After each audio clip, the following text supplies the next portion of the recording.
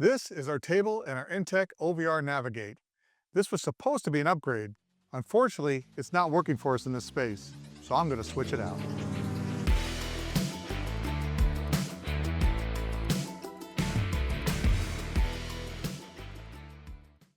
Hey, it's Chris from Full-Time Thriving Adventures. I've been working on a solution to modify this table. This is not your typical OVR table.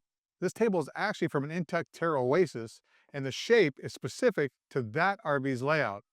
So why do we have this table? We actually bought this Navigate because the previous deal fell through. The potential buyer paid to have this table switched from an original OVR table.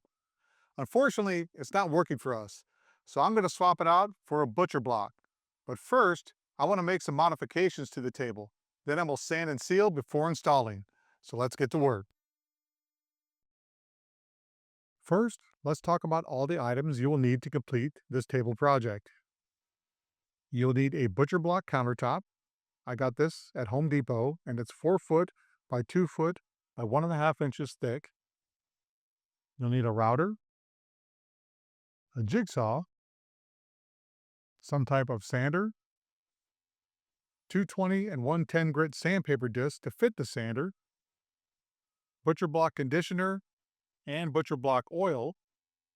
I'm using products by Howard, something round to help make your corner radiuses, and a pencil to mark it. The first thing that I want to do is to round off the corners of the table. I really like the look, and it will go well with the design of the interior of the RV. I went very low tech and found a bottle that had a radius that I liked, and I used that to mark the corners. There are many ways to figure out the radiuses for your corners. You can make a jig for your desired radius, or you can actually buy a tool that is formed to do different radiuses. Since I had none of those things, I went very simple and used the bottle. Using the bottle, I made sure that the bottle was flush to both sides and marked the radius using a pencil.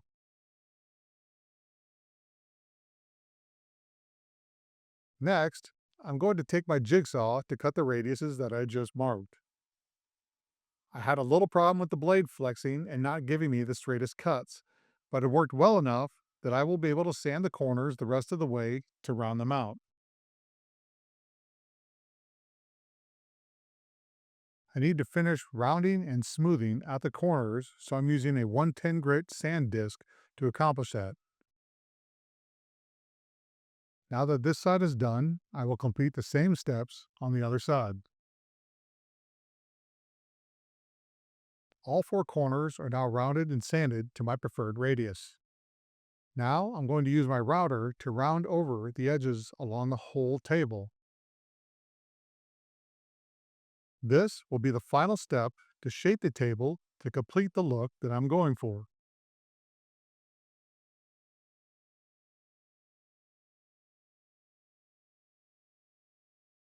Now we go back to the sander for one final sanding.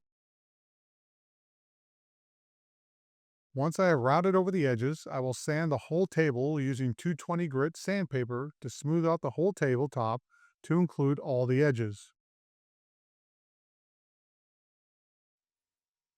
Once sanding is complete, I give the table a good wipe down to prep for oil. I will do this on both sides.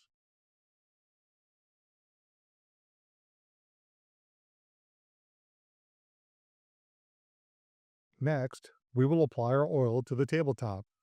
I am using Howard's cutting board oil. It is made with clear, odorless, pure food-grade mineral oil.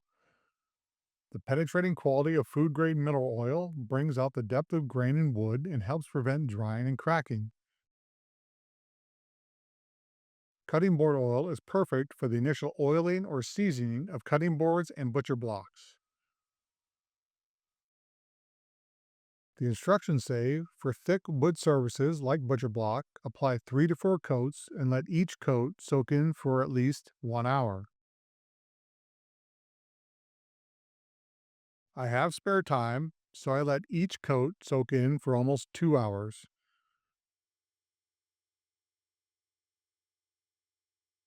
After the 4th coat, I then let the table set overnight. Complete these for both sides.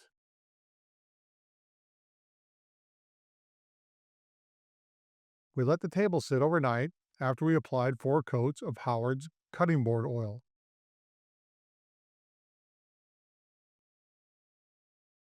We will now apply a conditioner to the table. I will be using Howard's Butcher Block conditioner. Butcher Block conditioner is a blend of genuine beeswax, Brazilian carnauba wax, and pure USP food grade mineral oil. Ideal for conditioning and maintaining all wooden butcher blocks, the penetrating quality of food grade mineral oil, along with the water resistant traits of beeswax and carnauba wax, help to rejuvenate the wood, preventing drying and even repair knife marks in the wood.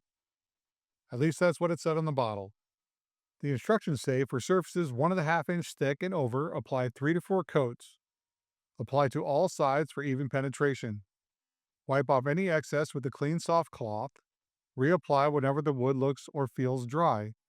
Again, I have spare time, so I let each coat soak in for almost 2 hours and then let the table set overnight after my 4th coat. Repeat the process for both sides. Here is the finished product. What do you guys think? I think it turned out pretty good. Now let's get this inside the RV and mount it to the table leg. So before we put a new tabletop on, I want to show you this table leg upgrade we got from Nuova Mappa. This table leg has some great features. So with the tabletop on, this will slide front to back and side to side. Plus, it rotates 360 degrees, all controlled by this lever that will be mounted underneath the tabletop. One last function, the table leg will lock in the down position, so now you can use it as a footrest. All right, let's get this new tabletop installed. All right, so I got it done. The tabletop is installed. What do you guys think? I think it's going to function a lot better in this space, especially with those features we talked about with the table leg. You can move it front to back, side to sides, we'll rotate it, and we can put that in the down position. I'll put the links to all the products I use in the description section to make this table. If you like this video, give me that thumbs up, smash that subscribe button, and click that bell for future notifications. And remember, it's all about the adventure, and we'll see you on the road.